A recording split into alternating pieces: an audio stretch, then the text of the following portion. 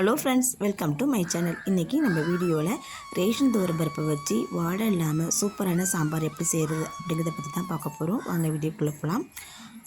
Ration துவரம்பருப்பை 1க்கு 4 தடவை கல்லுப்பு கொஞ்சோண்டு போட்டு உரசிட்டு எடுத்துகிட்டு வந்திருக்கேன். இந்த மாதிரி செஞ்சால் ரேஷன் பருப்பு சாம்பார் வைக்கும்போது அந்த பருப்பில் செய்கிறோங்கிற வாடையே இருக்காது. அது கூடவே 1/4 டீஸ்பூன் அளவுக்கு சீரகம், கொஞ்சம் போல் மஞ்சப்பொடி, 10 பல்லு பூண்டு,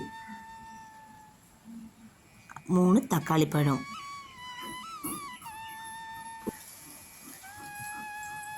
2 பச்சை மிளகாய், இது கூடவே 100 கிராம் அளவுக்கு சின்ன வெங்காயம் உரிச்செடுத்து வச்சுருக்கேன்.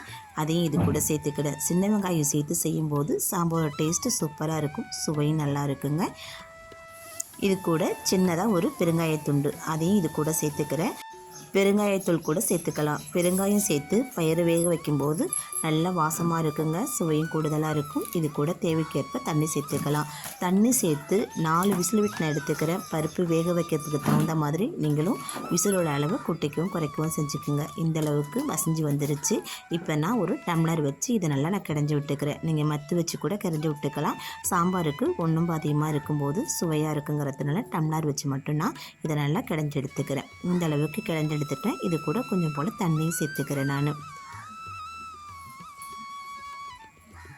உங்கள் தேவைக்கேற்ப தண்ணியோட அளவையும் கூட்டி குறைச்சிக்க நீங்கள் சேர்த்துக்குங்க.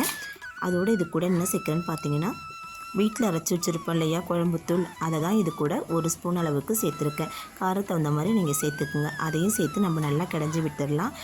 இதுக்கு தேவையான அளவு உப்பு, கல்லுப்பு சேர்த்துக்கிறேன். முடிஞ்ச அளவுக்கு சாப்பாட்டில் கல்லுப்பே சேர்த்துக்குங்க. இப்போ இதுக்கு ஒரு தாளிப்பு கொடுத்துடலாம்.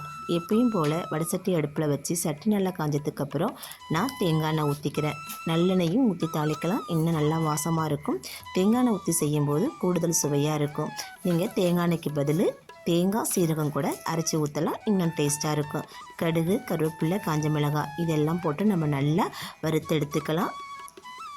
அதுக்கப்புறம் ஒரு கைப்பிடி அளவுக்கு பெரிய வெங்காயம் எடுத்து நான் கட் பண்ணி வச்சுருக்கேன். அதையும் இது கூட சேர்த்து நல்லா சிவக்க வதக்கி விட்டுக்கலாம். இது கூட நான் என்ன சேர்த்துக்க போகிறேன்னு பார்த்தீங்கன்னா, ஒரே ஒரு முள்ளங்கி எடுத்து கட் பண்ணி வச்சுருக்கேன். நீங்கள் வேறு எந்த காய்கறினாலும் சேர்த்துக்கலாம். நான் முள்ளங்கி மட்டும் இன்றைக்கி சேர்த்துருக்கேன். நீங்கள் இது சேர்க்காமலும் வைக்கலாம், சாம்பார் டேஸ்ட் நல்லாயிருக்கும். முள்ளங்கியை ஒரு 2 நிமிஷம் வதக்கி சேர்த்தோம்னா முள்ளங்கியோட அந்த பச்சை வாடை இருக்காது, அதனால் வதக்கி சேர்த்துருக்கேன். இது நல்லா வதங்கினதுக்கப்புறம் நம்ம கிடஞ்சி எடுத்து வச்சுருக்க பயிரை இது கூட நம்ம சேர்த்துக்க வேண்டியதாக. நீங்கள் உருளைக்கிழங்கு, கேரட்டு, முருங்கைக்காய் இந்த மாதிரி எந்த காய்கறினாலும் நம்ம சேர்த்து செய்யலாம். சாம்பாரோட சுவை சூப்பராக இருக்கும். நான் ஏற்கனவே கடைஞ்செடுத்து வச்சுருந்த பயிரை இது கூட சேர்த்துக்கிறேன். இப்போது தேவையான அளவு தண்ணியை நம்ம சேர்த்துக்கலாம்.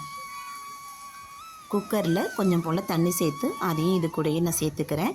உங்கள் தேவைக்கேற்ப தண்ணியோட அளவு குட்டிக்கு குறைக்கும் செஞ்சுக்கலாம். நம்ம குழம்புத்தூள் போட்டதுனால பயிரும் கிடைஞ்சதுனால நல்ல திக்னஸ் ஆகிடுச்சு. கொஞ்சம் தண்ணியாக இருக்கட்டும்னு சொல்லிவிட்டு நான் வச்சுருக்கேன். சுண்டி வரும்போது கரெக்டாக இருக்கும். சாம்பார் நல்லா கொதித்து வந்துருச்சு. இந்த ஸ்டேஜில் ஒரு நெல்லிக்காய் அளவுக்கு புளி ஊற வச்சு எடுத்து வச்சுருந்தேன். அதையும் இது கூட சேர்த்துக்கிறேன். இப்போ நம்ம மூடி போட்டு நல்லா கொதிக்க விட்டுறலாம். சாம்பார் நல்லா கொதிச்சு வந்துருச்சு. இது கூட கொஞ்சம் போல் கொத்தமல்லி, அது கூடவே ஒரே ஒரு 1/4 டீஸ்பூன் அளவுக்கு நெய், அதையும் விட்டு நம்ம இறக்கிட வேண்டியதாங்க. அவ்வளோதான், சூப்பரான கமகமன்னு ரேஷன் பருப்பு சாம்பார் ரெடி ஆகிடுச்சு.